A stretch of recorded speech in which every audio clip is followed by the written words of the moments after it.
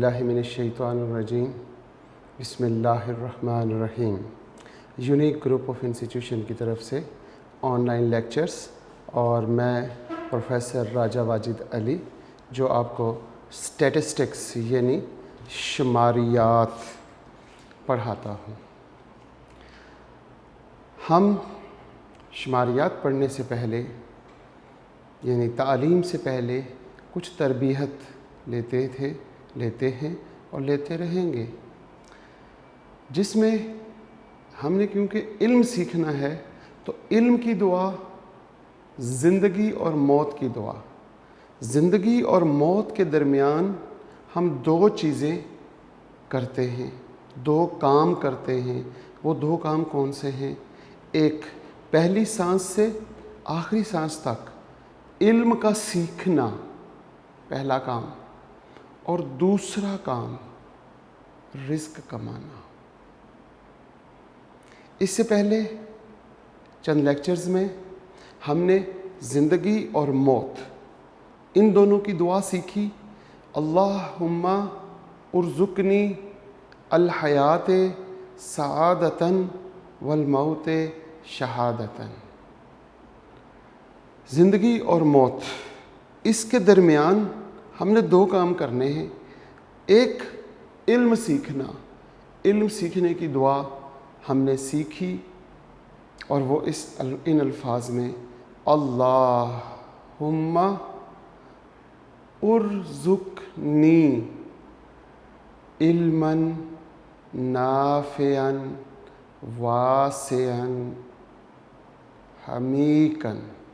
ए अल्लाह, हमें इल्म दे, हमें इल्म अता कर, और ऐसा इल्म जिसमें नफ़ा हो मेरे लिए भी और क़यामत तक आने वाले इंसानियत के लिए नफ़े ही नफ़े मेरे इल्म में रख दे। वो वासी हो, बहुत वसी हो, मशरिक़ों से लेके मगरिबों तक, और हमीकन गहराई वाला हो, सातों आसमानों से सातों ज़मीनों तक। इसी तरह हमने ज़िंदगी और मौत की दुआ मांगी, ए अल्लाह हमें अता कर ऐसी ज़िंदगी जो शहादत भरी हो और ऐसी मौत जो शहादत वाली हो। ज़िंदगी और मौत के दरमियान दो काम करने हैं हमने। एक, इल्म सीखना है, माँ की गोद से कब्र तक इल्म सीखते रहना है, यानी पहली सांस से आखिरी सांस तक इल्म को सीखते रहना है। तो इल्म सीखने की दुआ, इल्म की दुआ अल्लाह से हमने मांगी। दूसरी, पहली सांस से आखिरी सांस तक यानी ज़िंदगी और मौत, इसकी दुआ हमने रब से मांगी। और ज़िंदगी और मौत के दरमियान दूसरा काम हमारा है रिज़्क कमाना। अब रिज़्क कमाने के लिए हम अपने रब से दुआ और इल्तिजा सीखते हैं, और उसमें हम इस अंदाज़ में सीखते हैं। शुरू के दो अल्फाज वही इस्तेमाल करते हैं कि ए अल्लाह हमें अता कर। अल्लाहुम्मा उर्ज़ुकनी, ये तीनों दुआओं के शुरू में यही लफ्ज़ है, और इसका मतलब है ए अल्लाह हमें अता कर। क्या चीज़ अता कर? रिज़्क़न। अब पहले हमने इल्म मांगा, इल्मन, और फिर हमने ज़िंदगी मांगी, अल हयात सआदतन। अब हम क्योंकि रिज़्क की दुआ सीख रहे हैं तो रिज़्क की दुआ के लिए हम इस अंदाज़ में अपने रब से दुआ करते हैं कि अल्लाहुम्मा उर्ज़ुकनी, ए अल्लाह हमें अता कर क्या चीज़? रिज़्क, रिज़्क़न, ऐसा रिज़्क जिसमें क्या हो, जिसकी खूबियाँ हों। रिज़्क़न हलालन, हलाल हो, तय्यबन, तय्यब हो, मुबारकन, और मुबारक हो। इसमें ये तीन खूबियाँ हों। ए अल्लाह हमें रिज़्क़ अता कर। किस अंदाज से मांगना है? अल्लाहुम्मा उर्ज़ुकनी रिज़्क़न, ऐसा रिज़्क़ जिसमें ये खूबियाँ मौजूद हों। कौन सी? रिज़्क़न हलालन, तय्यबन, मुबारकन, वासिअन। ये चार खूबियाँ मौजूद हों। कौन कौन सी? हलाल हो, हलालन, तय्यबन तय्यब हो, मुबारिकन मुबारिक हो, वासियन वसी हो, मिन इंदक।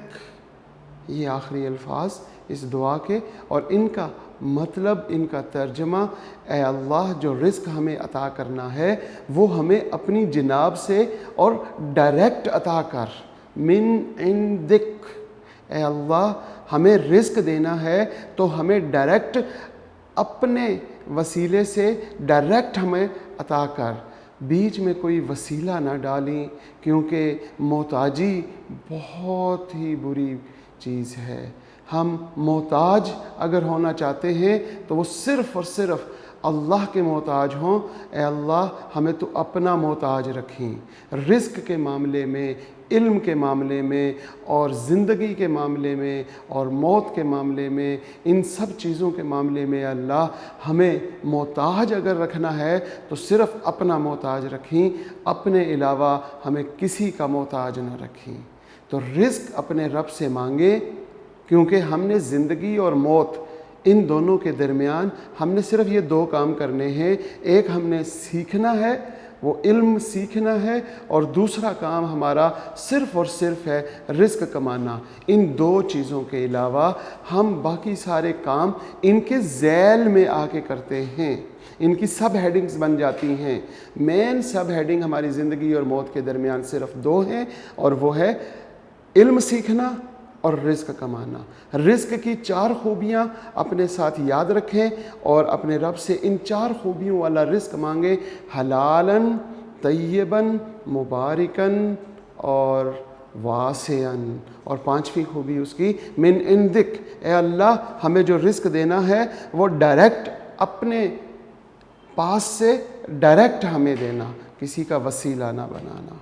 आज हमने 3 दुआओं को याद किया। 2 हमारी पहले से याद शुदा दुआएं थी, जिसमें इल्म और ज़िंदगी और मौत वाली दुआ थी, और आज हमने रिज़्क की दुआ याद की। इंशाअल्लाह हम आगे आने वाले लेक्चर्स में हम इन दुआओं को रिपीट करते रहेंगे।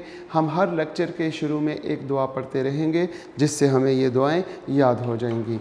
आज हम चैप्टर नंबर 3, जो कि हमारे पास मैयर ऑफ सेंट्रल टेंडेंसी या मैयर ऑफ लोकेशन कहलाता है, इंट्रोडक्शन टू स्टैटिस्टिक्स है जनाब। और इंट्रोडक्शन टू स्टैटिस्टिक्स बुक का नाम है मिराजुद्दीन मिर्ज़ा, और कारवान पब्लिशर की बुक है, जो कि आज हम चैप्टर नंबर 3 का क्वेश्चन नंबर 17, जो हमारा नया टॉपिक है, ज्योमेट्रिक मीन। ज्योमेट्रिक मीन हमने कल इसकी डेफिनेशन पढ़ी थी, और वो डेफिनेशन शायद बच्चों को आज याद हो। Antilog of arithmetic mean, antilog of arithmetic mean of the logarithmic values is called geometric mean. और दूसरी डेफिनेशन थी positive nth root, positive nth root of the product of n positive observation is called geometric mean. और geometric mean के वो चारों फार्मूले जो 2 logarithm के मेथड से थे और 2 बेसिक मेथड से थे, वो दोनों कल हमने डिस्कस किए थे। आज हम ज्योमेट्रिक मीन के न्यूमेरिकल्स करेंगे, और न्यूमेरिकल्स में हम देखते हैं ये जनाब क्वेश्चन नंबर 17 है, और इसके ए पार्ट में लिखा हुआ था डिफाइन ज्योमेट्रिक मीन, कि ज्योमेट्रिक मीन डिफ़ाइन करें। वो कल हमने डिफ़ाइन कर लिया था, और आज हम इसका बी पार्ट न्यूमेरिकल शुरू करते हैं जनाब। और न्यूमेरिकल में लिखा हुआ है कंप्यूट ज्योमेट्रिक मीन, यहाँ पे लिखा हुआ है by using the basic method, basic definition, method भी कह सकते हैं, डेफिनेशन लिखा हुआ है, हम भी डेफिनेशन लिख लेते हैं। Definition from the following observations,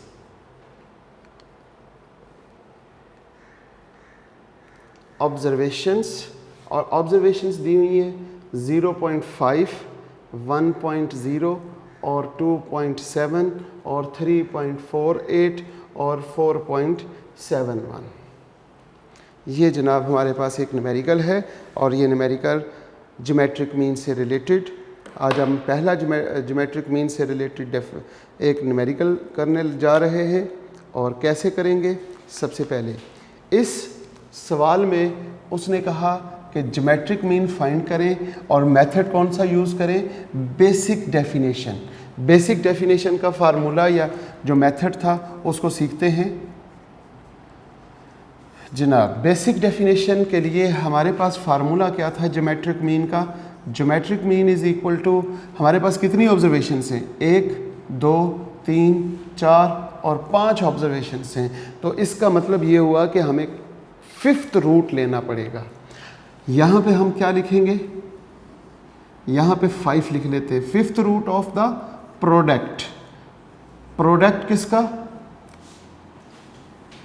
हमारे पास जो पॉजिटिव ऑब्जर्वेशन है 1, 2, 3, 4, 5, 1, 2, 3, 4 और 5, इसको हम ख़त्म कर देते हैं।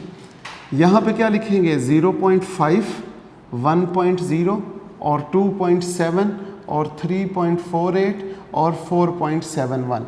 बेसिक डेफिनेशन में हमने क्या करना होता है जनाब? हमने सिंपल, हमारे पास अगर 4 वैल्यूज़ हैं तो हम चारों वैल्यूज़ को मल्टीप्लाई करके उसका 4th रूट ले लेंगे।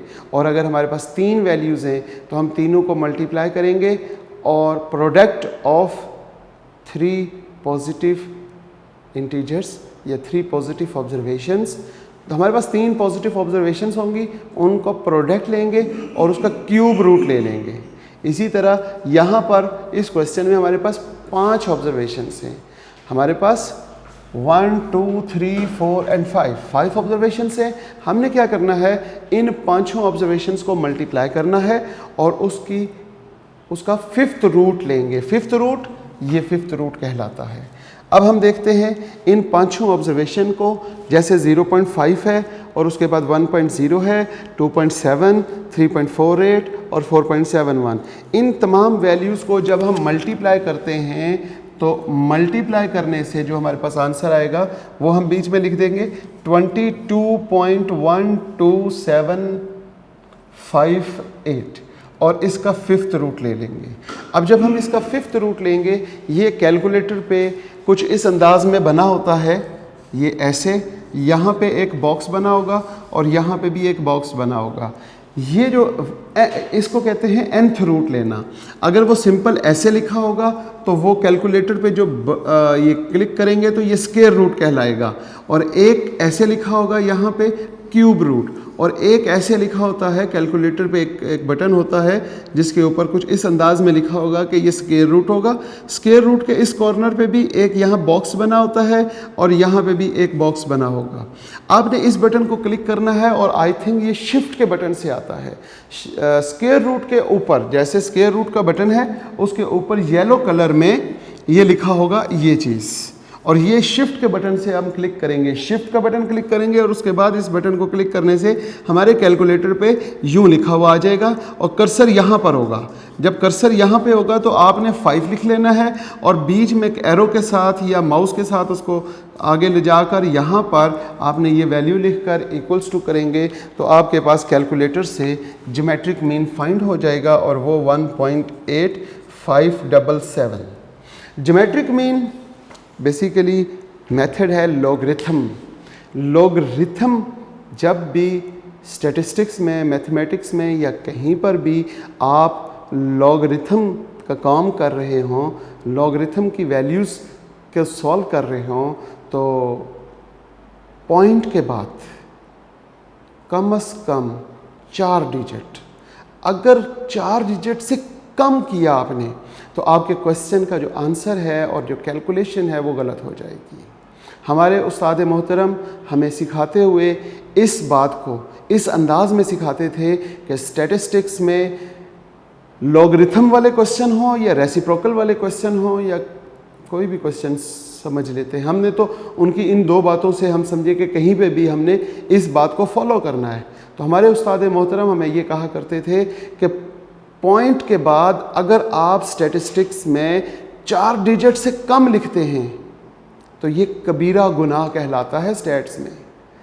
यानी कि आपका सारा का सारा जो काम किया है वो ख़राब हो जाएगा और आंसर गलत होगा, कैलकुलेशन गलत हो जाएगी। लिहाजा हमने कोशिश की कि इस कबीरा गुनाह से स्टैटिस्टिक्स में बचा जाए। तो इसलिए पॉइंट, जब भी पॉइंट आएगा और ज्योमेट्रिक मीन की बात हो या हार्मोनिक मीन की या कहीं पर भी, तो पॉइंट के बाद कम से कम 4 डिजिट होने चाहिए। 4 डिजिट से कम कोशिश करें कि ना हो। 4 डिजिट से कम होने पर क्या होगा, आपकी कैलकुलेशन ख़राब हो जाएगी। ये था जी हमारा बेसिक मेथड। एक मेथड है लॉगरिथमिक मेथड। अगर इसी क्वेश्चन को वो बेसिक मेथड से ना कहता, बल्कि वो कहता दूसरा जो लॉगरिथमिक मेथड है उससे करें, तो उसके लिए आपको क्या करना पड़ता, सबसे पहले x लिखते। x में ये आपके पास वैल्यूज़ आ जाएंगी, 0.5, इसके बाद 1.0, इसके बाद 2.7, फिर 3.48 और 4.71। ये आपके पास 5 वैल्यूज़ हैं। ज्योमेट्रिक मीन का फार्मूला अगर बेसिक डेफिनेशन ना होता, लॉगरिथमिक मेथड होता या फिर कुछ भी ना लिखा होता, तो फिर आप इस मेथड से भी कर सकते थे और इस मेथड से भी कर सकते हैं। ज्योमेट्रिक मीन का फार्मूला जनाब ये था,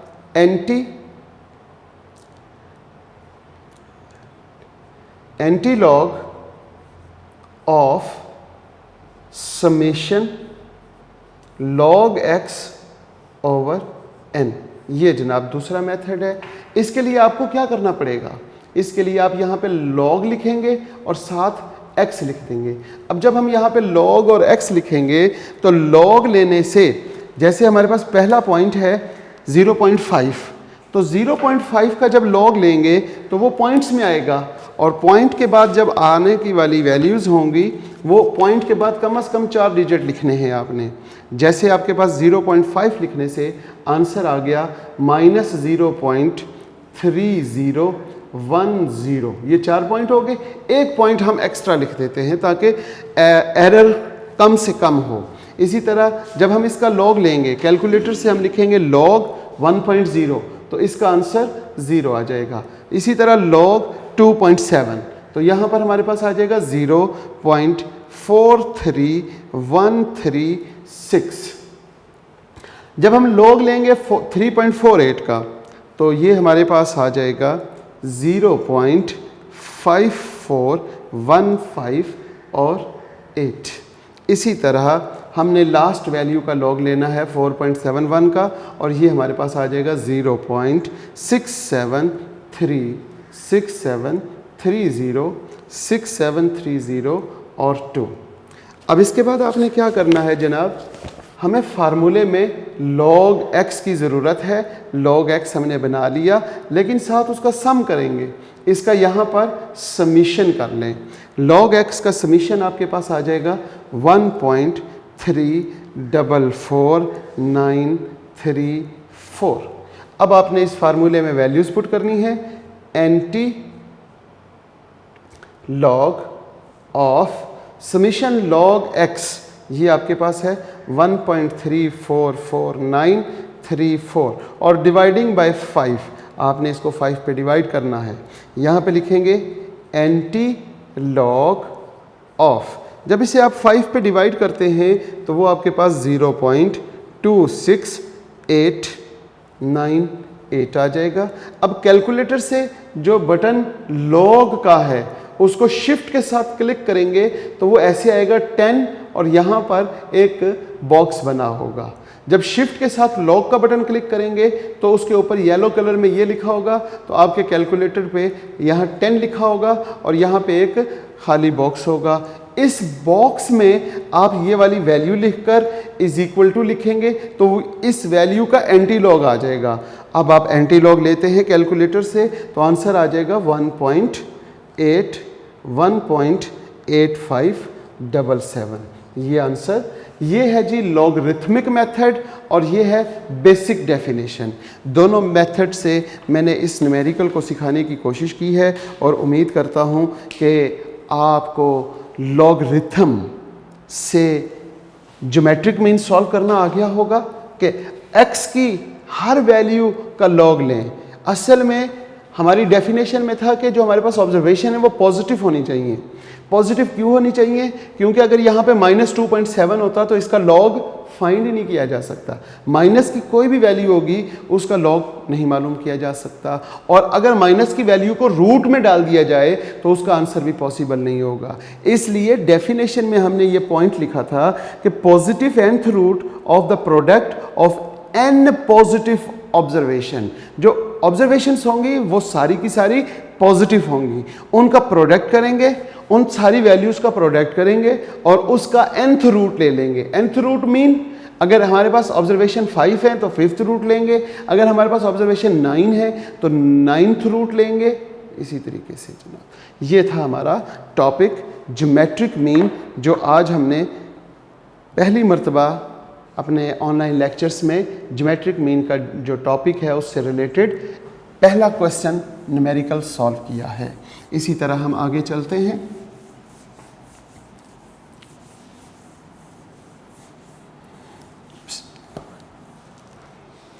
अब हम चलते हैं जनाब सवाल number 18।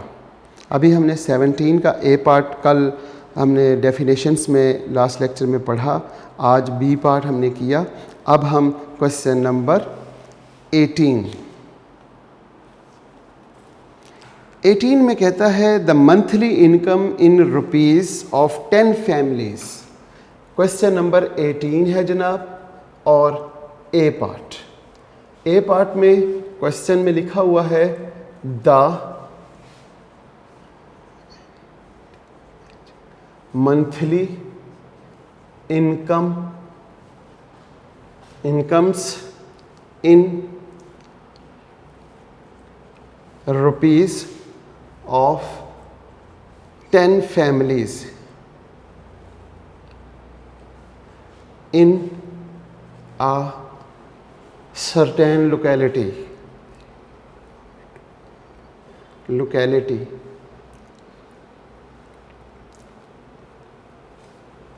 are given below।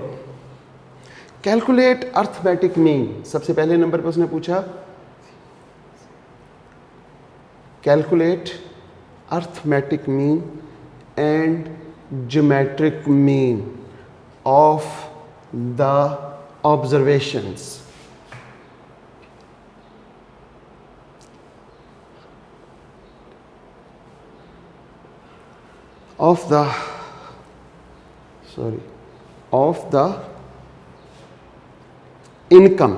of the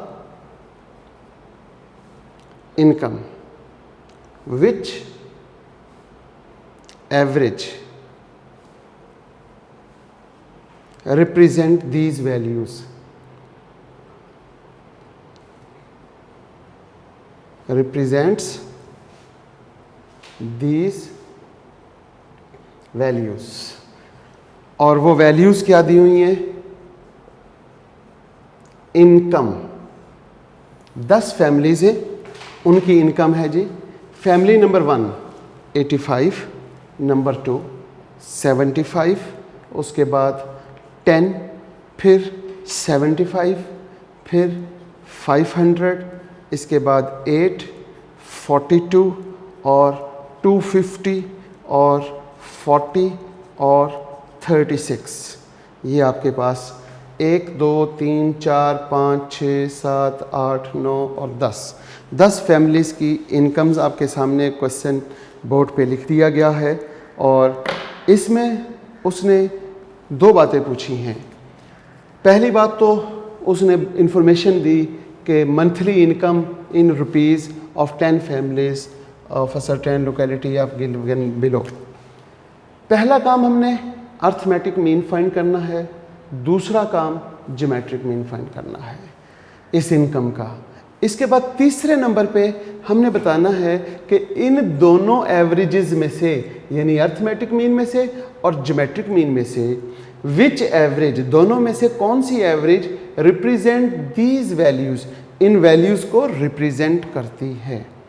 तो अर्थमेटिक मीन मेरे अज़ीज़ तुलबा व तालिबात को बहुत ज़्यादा प्रैक्टिस करने के बाद अब ये समझ आ चुका होगा कि इसका अर्थमेटिक मीन कैसे मालूम करें। नंबर 1, अर्थमेटिक मीन कैसे मालूम करेंगे जी? Sum of all observation dividing by number of observation. हमारे पास 10 वैल्यूज़ दी हुई हैं, इन 10 वैल्यूज़ का आपने सम करना है। इन 10 वैल्यूज़ का जब आप सम करेंगे तो वो आपके पास आ जाएगा 1121, 1121। अब इन 10 वैल्यूज़ को क्या करेंगे? जब आपने सम अप कर लिया तो अर्थमेटिक मीन के फार्मूले में वैल्यूज़ पुट कर दें, 1121 डिवाइडिंग बाय 10, और आपके पास अर्थमेटिक मीन की वैल्यू आ जाएगी 112.1। ये आपके पास अर्थमेटिक मीन की वैल्यू आ गई और पहली एवरेज आपने फाइंड कर ली। नंबर 2, आपने क्या फाइंड करना है? Geometric mean. अब ज्योमेट्रिक मीन के यहाँ पर 2 मेथड्स हैं, आपकी मर्ज़ी है आप इसे लॉगरिथमिक मेथड से करें और आपकी मर्ज़ी है आप इसे बेसिक डेफिनेशन से करें। बेसिक डेफिनेशन से हम कैसे करेंगे? 10 वैल्यूज़ दी हुई हैं, हम 10 की 10 वैल्यूज़ को मल्टीप्लाई करेंगे। जब मल्टीप्लाई कर लेंगे तो उसकी पावर 1/10, इसका मतलब 10th रूट ले लें तो ज्योमेट्रिक मीन आ जाएगा। और इसका दूसरा मेथड वो हमारे पास लॉगरिथमिक मेथड है, और लॉगरिथमिक मेथड में हमारे पास फार्मूला है anti log of arithmetic mean of log of x is called geometric mean. इसके लिए आपको यहाँ पे 10 की 10 वैल्यूज़ का लॉग लेना पड़ेगा और उसके बाद इसका मीन मालूम करना पड़ेगा। हम यहाँ पर 10 की 10 वैल्यूज़ का लॉग लेंगे क्योंकि जो बेसिक डेफिनेशन है, अगर हमारे पास 5-6 वैल्यूज़ हों तो हम उनका बेसिक डेफिनेशन से करते हैं। जब 10 या 10 से ज़्यादा वैल्यूज़ आ जाएं तो हमारी कोशिश होती है कि हम उसे लॉगरिथमिक मेथड से सॉल्व करें। जनाब, लॉगरिथमिक मेथड से 85 का लॉग लिखेंगे। बास कैलकुलेटर में पहले 85 लिखते हैं, बाद में लॉग का बटन दबाएंगे तो आपके पास जवाब आएगा। और जो लेटेस्ट कैलकुलेटर्स आ रहे हैं जैसे 991 है, FX82 है, इनमें पहले लॉग लिखेंगे और बाद में 85 लिखने के बाद इज इक्वल टू दबाएंगे तो आपके पास जवाब आ जाएगा 1.929419। इसी तरह लॉग 75 वो हमारे पास आ जाएगा 1.875061। लॉग 10 ये हमारे पास 1 आ जाएगा। लॉग 75 दोबारा वही आ गया 1.875061। लॉग 500 लिखने से हमारे पास आएगा 2.69897। लॉग ऑफ 8 का लॉग लें तो वो आपके पास 0.90309 आ जाएगा। 42 का लॉग लेने से हमारे पास आएगा 1.623249। 250 का लॉग लें तो हमारे पास आ जाएगा 2.39794।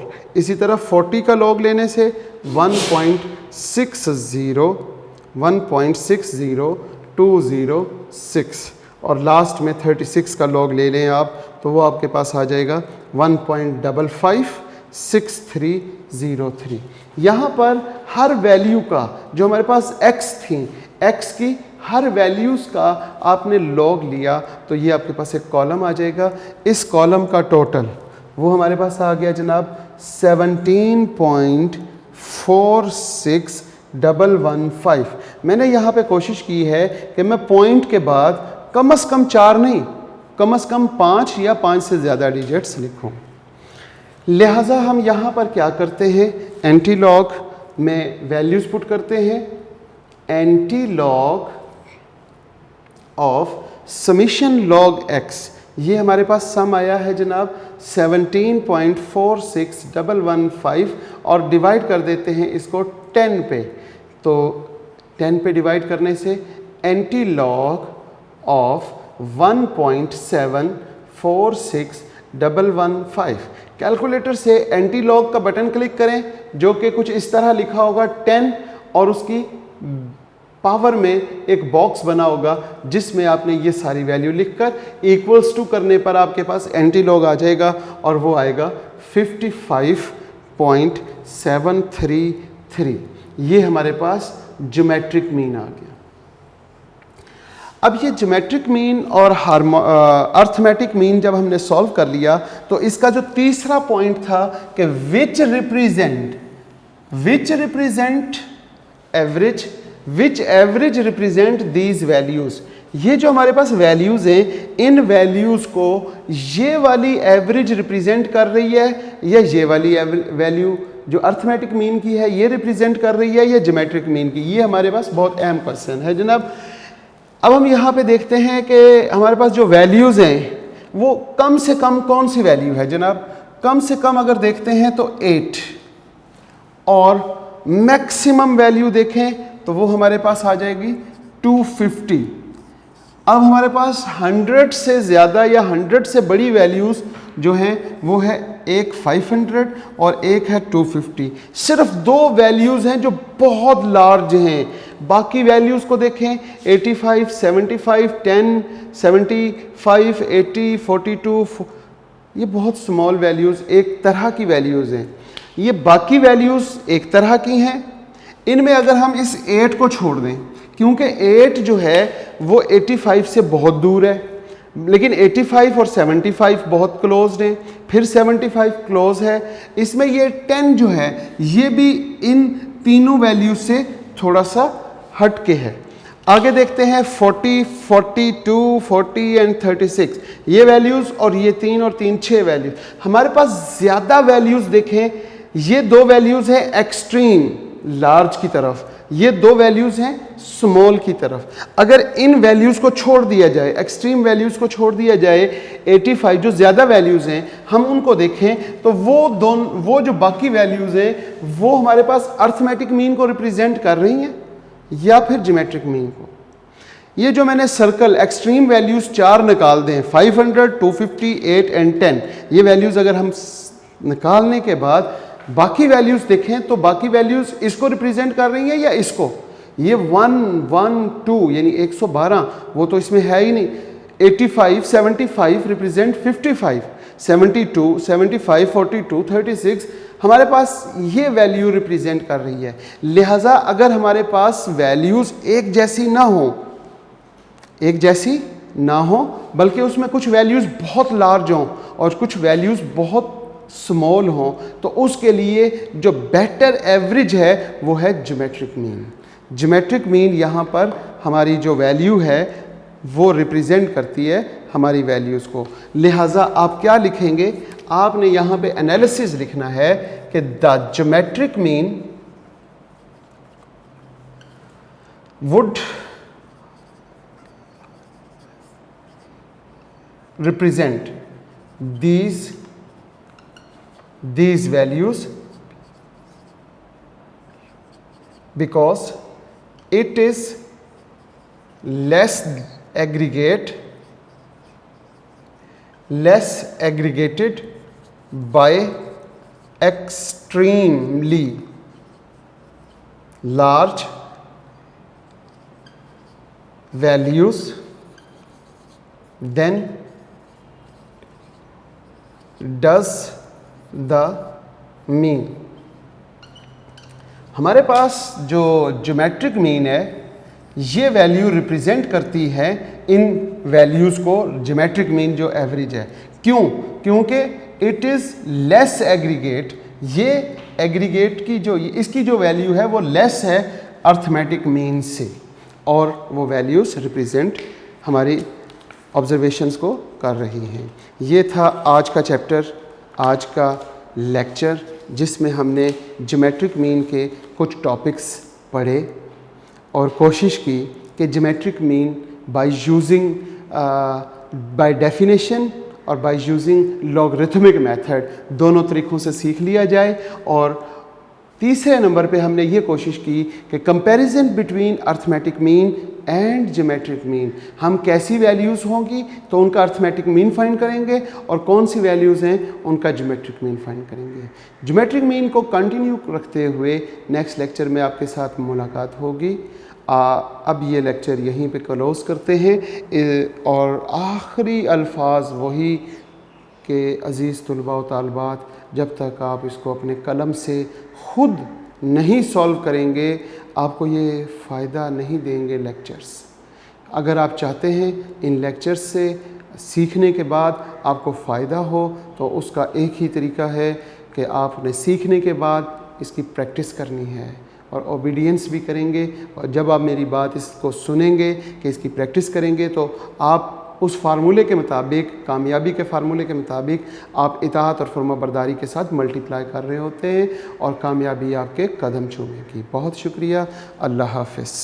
अल्लाह ताला आपको सलामत रखें।